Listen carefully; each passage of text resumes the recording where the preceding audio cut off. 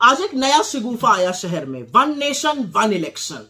अच्छा भाई, क्या है ये कुछ नहीं है, ये इस देश के संघीय ढांचे पर एक जबरदस्त प्रहार है। लेकिन ये असल में एक शिगुफा है, क्योंकि नरेंद्र मोदी जी भी जानते हैं कि इसको पारित कराने के लिए उनको लोकसभा में 362 वोट चाहिए। उनकी एनडीए के पास 293 है, राज्यसभा में भी ये पारित नहीं हो पाएगा, वो जानते हैं। लेकिन ये शिगुफे इसलिए रह रहकर छोड़े जाते हैं जिससे कि इस देश में चर्चा बनी रहे बेकार के मुद्दों पर, असल मुद्दों से ध्यान हटाया जाए।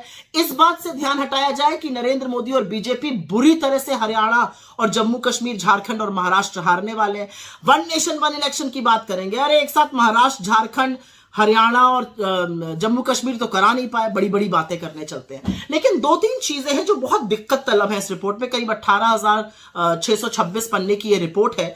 मुझे तो पहली आपत्ति खैर यही है कि इस रिपोर्ट के जो जनक हैं वो एक पूर्व राष्ट्रपति हैं, और ऐसा नहीं करना चाहिए था। पूर्व राष्ट्रपति को इस तरह का चुनावी काम, पॉलिटिकल काम ऐसी इसको नहीं हेड करना चाहिए था। मुझे तो ये भी आपत्ति है कि उस कमेटी में खरगे जी को नहीं रखा गया, जबकि वो नेता प्रतिपक्ष है राज्यसभा में। गुलाम नबी आजाद को रखा गया जो राज्यसभा के मेंबर ही नहीं है। उसमें साल्वे जी हैं जो मोइन कुरैशी के साथ पार्टी करते हैं। खैर, उससे हट जाइए तो उस रिपोर्ट की ही चर्चा कर लेते हैं।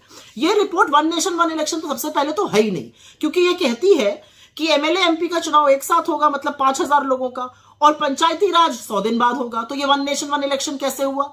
5,000 लोगों का चुनाव एक साथ होगा, फिर पोलिंग स्टेशन बनेंगे, फिर पोलिंग पार्टी बनेगी, फिर बंदोबस्त होगा, फिर सिक्योरिटी फोर्सेस आएंगे, करीब 1.5 करोड़ लोग फिर से लगेंगे इस पूरी प्रक्रिया में, क्योंकि 30 लाख जो निर्वाचित होते हैं हमारे पंचायती राज के लोग, वो तो वन नेशन वन इलेक्शन में आई नहीं, पहली चीज।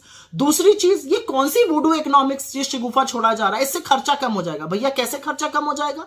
इसको कराने के लिए आपको 3 गुना वीवीपैट चाहिए, 3 गुना ईवीएम चाहिए, उनको बनाने के लिए आपको वक्त चाहिए, वो मैन्युफैक्चर होंगी अभी। लेकिन उसके अलावा सबसे बड़ी बात है उसमें जबरदस्त खर्चा होगा, ये खर्चा हम और आप वहन करेंगे।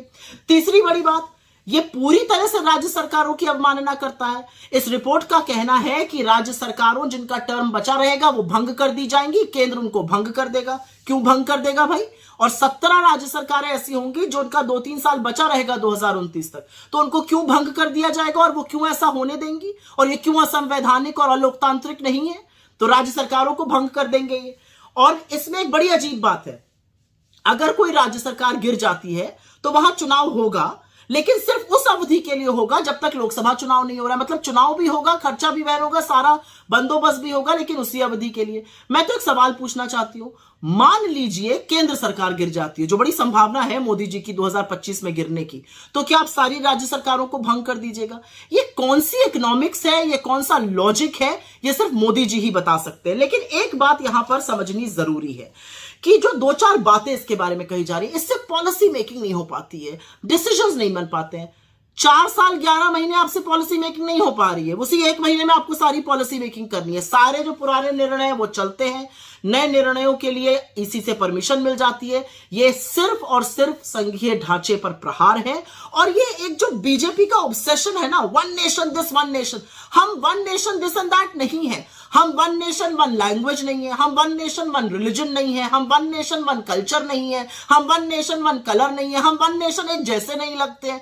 हमारी विविधता ही हमारी सबसे बड़ी पहचान है। Our diversity is our biggest strength. This whole attempt by the BJP to somehow paint us in one color, one this, one that, this is just an obsession. क्योंकि उनको भी पता है कि ये झुंझुना है, उनको भी पता है कि ये पारित नहीं होगा, उनको भी पता है ये संविधान के जो संघीय ढांचा है उस पर प्रहार है, और इसके लिए कोई तैयार नहीं होगा। खुद बीजेपी के लोग इसके लिए बगावत करेंगे। देखते जाइए आप आगे आगे।